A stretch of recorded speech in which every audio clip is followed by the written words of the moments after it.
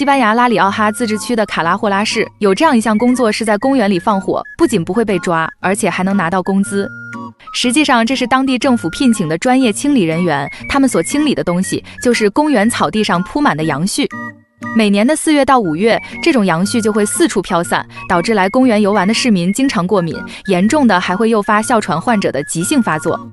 想要快速地清理满公园的杨絮，光靠手收拾显然不是一项简单的事。早些时候，有些人为了清理房屋周边的杨絮，用打火机将其点燃，导致房屋着火。所以当地政府出台了一项规定，每到杨絮飘散的季节，在没有批准的情况下，禁止私自燃烧杨絮。所以西班牙每年在清理公园杨絮的时候，采用可控低火焚烧的方式，快速清除地面堆积的杨絮，避免其飘散引发过敏或火灾隐患，并且操作时专业人员会严格控制火势范围，防止引燃树木和植被。